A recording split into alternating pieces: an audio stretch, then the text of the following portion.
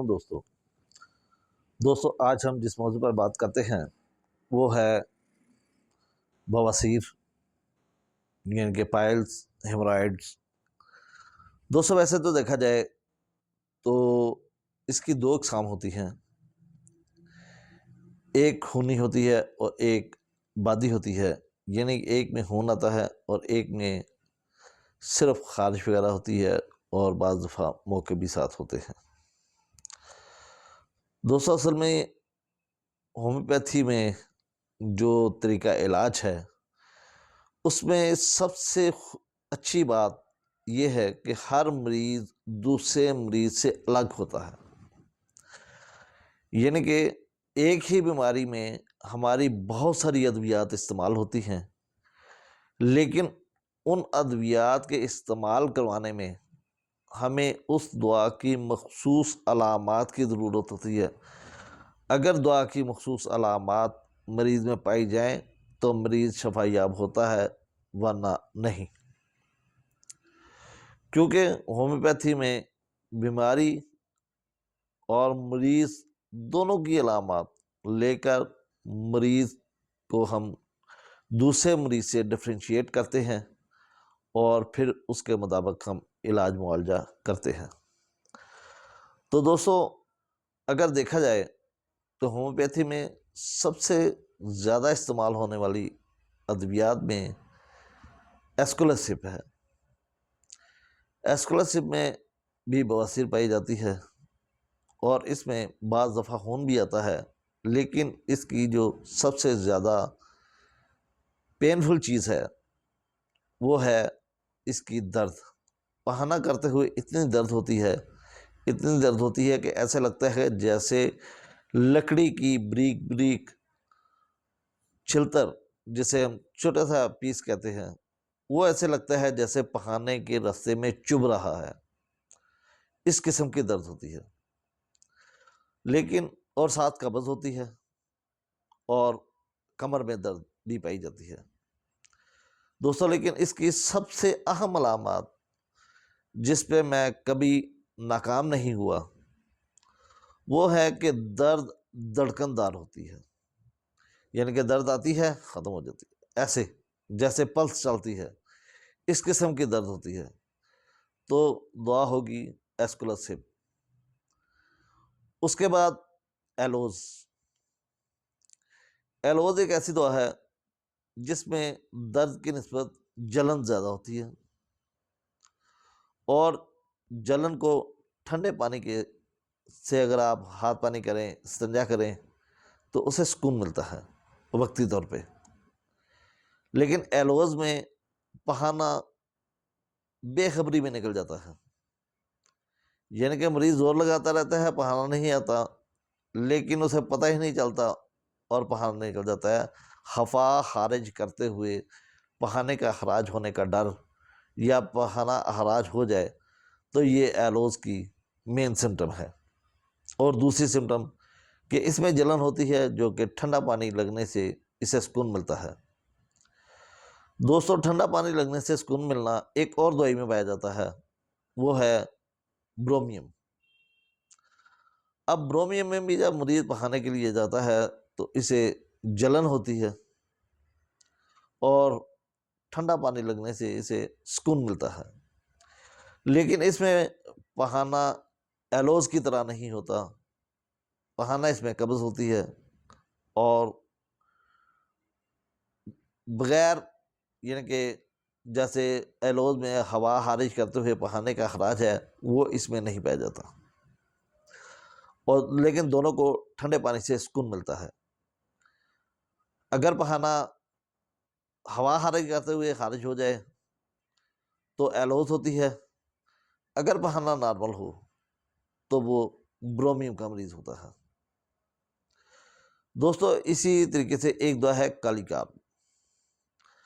کالی کارم میں سوئی چبھنے جیسا درد ہوتا ہے، جلن ہوتی ہے، اور اس کی سب سے مین سمٹم یہ ہے کہ یہ جلن اس وقت کم ہوتی ہے جب مریض گرم پانی ٹب میں ڈال کر اس میں بیٹھتا ہے تو پھر اس کو افاقہ ہوتا ہے، ویسے اس میں کمزوری پائی جاتی ہے، پیٹ میں ہوا پائی جاتی ہے، سردی لگتی ہے مریض کو، اور یہ علامات ہوں تو دعا کالی کارپ ہوتی ہے۔ دوستو اسی کے ساتھ ایک اور دعا ہے، جیسے سلفر۔ سلفر میں بھی جلن بھی ہوتی ہے اور خارش بھی ہوتی ہے۔ پہننے والی جگہ پر جلن اور خارش پائی جاتی ہے۔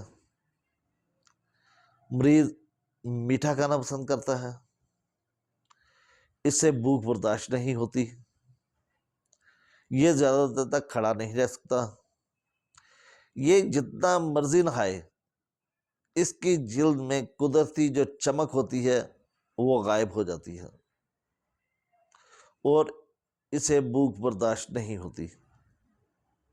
اگر پہانا بھی ہو تو پہانا صبح صبح اسے بستر سے بھاگ کر پہانا کرنا پڑتا ہے۔ اگر یہ علامات ہوں تو یہ سلفر کی علامات ہوتی ہے، اور سلفر سے یہ مریض ٹھیک ہو جاتا ہے۔ اس کے بعد آتی ہے نقص میکا۔ نقص میکا میں ایسا مریض جو دفتری کام کرتا ہے، بیٹھنے کا کام زیادہ کرتا ہے، 8-10 گھنٹے بیٹھ کے کام کرتا ہے، اور بازاری چیزیں بہت زیادہ استعمال کرتا ہے، اور پہانا کرنے کے بعد بھی اسے پہانے کی حاجت رہتی ہے، اور اس کے ساتھ عام طور پر کالا خون بھی خارج ہوتا ہے، مریض چڑچڑا ہوتا ہے، اس سے سردی لگتی ہے، اور سب سے بڑھ کر یہ کہ جب مریض سو کر اٹھتا ہے تو فریش نہیں ہوتا، تھکا ماندہ ہوتا ہے، اٹھنے کا دل نہیں کرتا، دل کرتا ہے کہ اور تھوڑا سا لیٹا جائے۔ دوستو اس کے ساتھ ایک اور دعا ہے جسے کیمومیلا کہتے ہیں۔ کیمومیلا میں انتہائی شدید درد ہوتی ہے، حتیٰ کہ مریض کے لیے یہ درد برداشت کرنا مشکل ہو جاتا ہے۔ بڑا آدمی بھی ہو پھر بھی وہ رونا شروع کر دیتا ہے، رونے والی کیفیت ہو جاتی ہے، تو پھر دعا کیمومیلا ہوتی ہے۔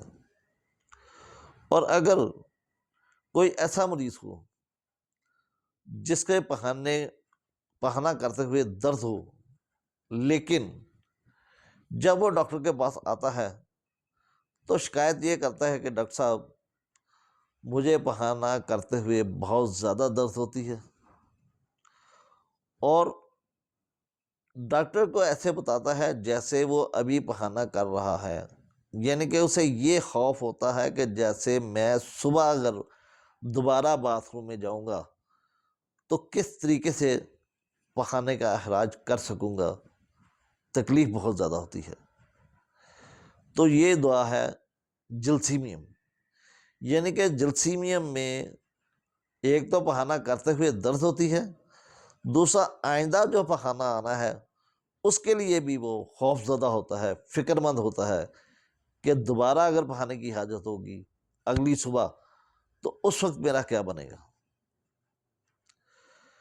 دوستو اس کے ساتھ ایک اور دعا ہے کالی برومیٹم۔ کالی برومیٹم میں بھی اتنی زیادہ درد ہوتی ہے، اتنی زیادہ درد ہوتی ہے جلسیمیم کی طرح، کہ جب مریض ڈاکٹر کو بتا رہا ہوتا ہے تو اس کے چہرے سے، اس کے امپریشن سے تکلیف کا اندازہ ہوتا ہے، اور مریض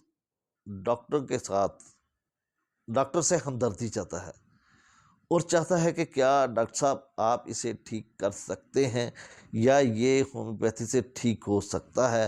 اور جب تک ڈاکٹر مریض کو تسلی نہیں دیتا تو وہ ایسے آنکھیں کھول کے ڈاکٹر کو دیکھتا رہتا ہے کہ ڈاکٹر کیا کہتا ہے اس کے بارے میں۔ تو پھر دعا کالی بروم ہوتی ہے۔ دوستو ایسے ہی ایک دعا ہے روٹا، جو کہ شاید بہت کم آدمیوں نے، ڈاکٹروں نے استعمال کی ہوگی۔ اس میں سب سے جو مین چیز ہے کہ پخانا کرتے ہوئے درد ہوتی ہے، اور جو ہی مریض پخانا کر کے فارغ ہوتا ہے، واپس آتا ہے، آ کے لیٹ جاتا ہے، تو اس کی درد ختم ہو جاتی ہے، لیٹنے سے اسے ریلیف ملتا ہے۔ تو پھر دعا روٹا ہوگی۔ اسی طریقے سے تھوجا ہے۔ تھوجا میں یہ ہوتا ہے کہ مریض کو پخانہ کرتے ہوئے درد ہوتی ہے، اور مریض جیسے چلتا رہتا ہے اس کی درد بڑھتی رہتی ہے۔ چلنے سے اگر تکلیف ہو اور بواسیر ہو تو دعا تھوجا ہوتی ہے۔ تھوجا جیسے کہ آپ جانتے ہیں کہ اینٹی سائیکوٹک ہے، ویسے بھی بدن پہ اگر موقع وغیرہ ہوں تو ان کے لیے بھی پرسکرائب کی جاتی ہے۔ تو یہ ہائیڈروجنائڈ دعا ہے، یعنی کہ اس کے جسم کے اندر پانی کی زیادتی ہوتی ہے۔ اسی طریقے سے ایک اور دعا ہے ایلیم سیپا۔ یہ بھی میرا خیال ہے کہ ڈاکٹر بہت کم استعمال کرتے ہیں، لیکن اس کے مریض کو لوز موشن ہوتے ہیں، جلن ہوتی ہے، اور پخانے کے ساتھ ہوا بہت زیادہ خارج ہوتی ہے، اور ایسے محسوس ہوتا ہے جیسے وہاں کوئلہ رکھا ہے، گرم کوئلہ۔ اور اگر ایسا ہی مریض ہو جس کو پخانہ کرنے کے بعد ایسی درد ہو کہ جیسے گرم کوئلہ مقد کے اوپر رکھا ہوا ہے، لیکن اسے گرم پانی سے سکون ملے، تو پھر دعا ہے آرسینک ایلبم۔ لیکن آرسینک ایلبم میں مریض کو سردی لگتی ہے، اور مریض گرم چیزیں استعمال کرنے سے، گرم ماحول میں رہنے سے سکون حاصل کرتا ہے، اور اس کے مریض میں بے چینی بہت زیادہ پائی جاتی ہے۔ اسی طریقے سے ایک اور دعا ہے ریٹینا۔ ریٹینا میں ایسکولوسپ کی طرح درد ہوتی ہے، لیکن اس میں جیسے کہ ایسکولوسپ میں ایسا محسوس ہوتا ہے کہ جیسے لکڑی کی ہلکی ہلکی چھلتر جسے کہتے ہیں، چھوٹے چھوٹے پیس وہ مقد میں رکھے ہیں اور وہ باہر نکل رہے ہیں، اور ان سے جو تکلیف ہوتی ہے وہ ایسکولوسپ میں ہوتی ہے، اور ریٹینا میں ایسے محسوس ہوتا ہے جیسے کانچ کے پیس جو ہیں وہ جسم کے اندر رکھے ہیں، اور وہ پخانہ کرتے ہوئے تکلیف کا باعث بنتے ہیں، اور اسے بعض دفعہ گرم اور بعض دفعہ ٹھنڈے پانی سے سکون ملتا ہے۔ دوستو اسی طریقے سے ایک دعا ہے گریفائٹس۔ گریفائٹس میں پخانہ کرتے ہوئے سوئی چبھنے کا احساس ہوتا ہے، لیکن یہ صرف اس وقت تک رہتا ہے جب تک پخانہ خارج ہو رہا ہے، اس کے بعد مریض کو سکون مل جاتا ہے۔ اس کو سردی لگتی ہے، پخانہ بدبودار ہوتا ہے، عام طور پر گہرے کلر کا ہوتا ہے، اور مریض قبض کا شکار رہتا ہے، گوشت سے نفرت ہوتی ہے، اور اگر ایسی علامات پائی جائیں تو دعا بنتی ہے گریفائٹس۔ دوستو اسی طریقے سے ڈاکٹر کینٹ نے کینٹ ریپورٹری میں جو ادویات بتائی ہیں وہ تقریباً 50-60 کے قریب ہیں، لیکن اگر فردر ہر دعا کو اسٹڈی کیا جائے تو ویڈیو بہت زیادہ لمبی ہو جائے گی، اس لیے میں صرف وہ ادویات بیان کر رہا ہوں جو میں نے اپنے کلینک میں پروو کی ہیں، جو میرے ذاتی استعمال میں ہیں۔